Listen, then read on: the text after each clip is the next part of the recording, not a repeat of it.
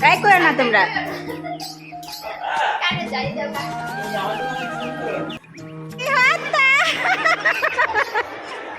Hello, আসসালামু আলাইকুম everyone, hope you all are doing well. আর এখানে দেখতেই পাচ্ছেন আমার টুনি পাখিটা পরি সেজে চলে এসেছে। এটা ছিল রোজার ঈদের দ্বিতীয় দিনের ভিডিও। আমরা বলেছিলাম যে ঈদের দ্বিতীয় দিনও আমরা টুনিকে নিয়ে একটু ঘুরতে যাব। আর এই তো এখানে চলে এসেছি আমার মা পাখির সবচেয়ে পছন্দের খাবারটা নেওয়ার জন্য। এটা হচ্ছে ও হচ্ছে পেস্ট্রি কেক অনেক বেশি পছন্দ করে, তো ওর বরাবর সেটাই নিতে চলে গিয়েছিল। আর পেস্ট্রি কেক এনে তার বরাবর তার টুনি পাখিকে নিজ হাতে খাইয়ে দিচ্ছে। তো সে তো অনেক লজ্জা পাচ্ছিল। আর এই কেকটা তার ভীষণ পছন্দের একটা কেক, আর আমার উনিও খুব পছন্দ করে এই কেকটা। টুনি আসলে ওকে এনে খাওয়ানোর জন্য। টুনি পাখিকে দেখে একবার মাশাআল্লাহ বলতে ভুলবেন না যেন, সবাই অবশ্যই মাশাআল্লাহ বলবেন। আর এখানে আমরা খাওয়া দাওয়া শেষ করে চলে এসেছি বাংলাদেশ বিমান বাহিনী জাদুঘরে। তো এখানে কিছুক্ষণ আমরা থাকবো। এখানে আমরা বিমান বাহিনী জাদুঘরে এসে তো কিছুটা সময় এখানে আমরা পার করলাম। তো এই যে দেখতেই পাচ্ছেন টুনি তার পাপার সাথে হাঁটছে, তারপর আমার সাথে একটু হাঁটলো। তো এগুলো একটু ভিডিও নিলাম।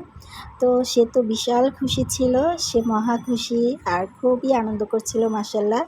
তো এখানে আমরা একজন একজন করে টুনির সাথে ভিডিও নিচ্ছিলাম। টুনি আর টুনির নানু একই কালারের ড্রেস পরেছে। তো এই তো আমরা আমাদের ভিডিও করা শেষ, এখন একটু সামনে গেলাম। পানি তো ভিজা যায়।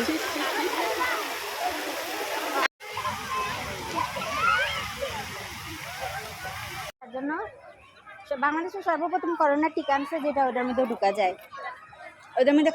আর এই প্লেনগুলো বাইরে থেকে দেখতে এতটা বেশি সুন্দর লাগছিল যে ভিতরে যাওয়ার জন্য অনেক মনে চাচ্ছিল। তো টিকিট কেটে আমরা ভিতরে এত বড় একটা ঢস খেলাম যে এগুলো বাইরে থেকে এত সুন্দর, কিন্তু ভিতরে একদমই ভালো লাগছিল না। কেমন জানি, দেখেন কেমন সিট, তারপর কেমন পরিবেশ। তো এই যাও এটা একটু ভালো ছিল, এটার মধ্যে এসি ছিল।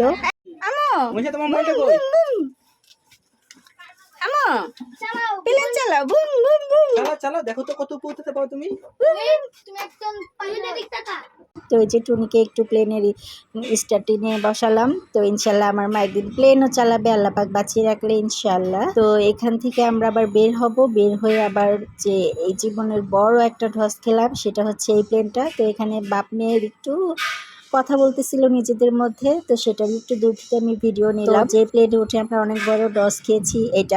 এই প্লেনটায় ওঠার জন্য আমি মূলত বায়না করেছিলাম যে আমি এই প্লেনটায় উঠবো। এটা অনেক বড় একটা প্লেন ছিল। তো ওঠার পরে দেখলাম যে প্লেনটার ভিতরে এত গন্ধ, প্রচুর গরম ছিল। তো এই প্লেনটার মধ্যে ওঠার জন্য দীর্ঘ 1 ঘন্টা আমরা অপেক্ষা করেছিলাম। এবার আমরা ওখান থেকে বের হয়ে চলে আসলাম বঙ্গবন্ধু সামরিক জাদুঘরে। তো এখানে এসে প্রথমে একটু বাহিরের দৃশ্যগুলো দেখছিলাম। আর এখানে তো টুনি পাখি ঝর্ণার পানি দেখে এত বেশি খুশি ছিল, তো বাপ মেয়ে একটু মজা নিচ্ছিল। তো সেই সাথে ভিতরে চলে এসেছি। ভিতরে চলে এসে এখানে আমরা চারদিকে ঘুরে ফিরে দেখছিলাম। আমার কাছে এই জায়গাটা বেশি ভালো লেগেছিল। তো আমি ওকে, শান্তকে প্রথমেই বলেছিলাম যে আমরা প্রথমেই চলো এখানে যাই। তো ও বলেছে না আপু, এখান থেকে তারপর আমরা ওইখানে যাব। তো আমরা লাস্টে এখানে আসলাম। তো লাস্টে এখানে এসে আমরা বেশিক্ষণ ঘুরতে পারিনি, যেহেতু সময় অল্প স্বল্পতা ছিল, তাই অল্প কিছুক্ষণের মধ্যেই এইটা অফ করে দেয়। তো ওই টাইমের মধ্যে আমরা যতটুকু ঘুরতে পেরেছি বা যতটুকু ভিডিও করতে পেরেছি সেটাই আপনাদের সাথে শেয়ার করলাম। আর এই তো আপনাদের সাথে কথা বলতে বলতে এখানে চলে আসলো আমার প্রাণপ্রিয় খালাম্মা জান, মানে হচ্ছে এই যিনি। তো ওনাকে তো সবাই চেনেন, আর নতুন করে বলার কিছু নেই।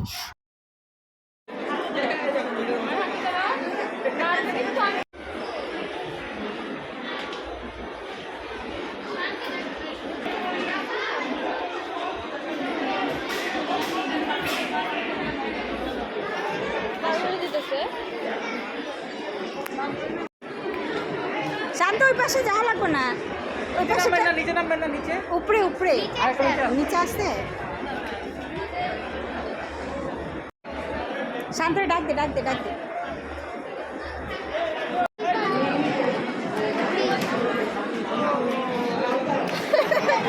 আর এখন এটা বন্ধ করার টাইম হয়ে গেছে, তাই সবাইকে বলছিল বের হয়ে যাওয়ার জন্য।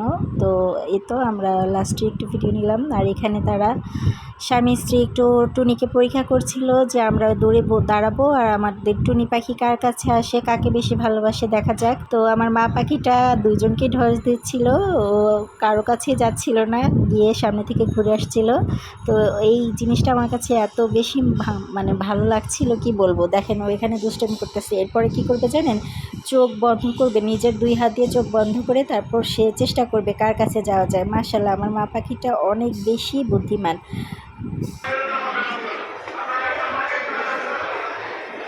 যাও আম্মু, যাও আম্মু, যাও।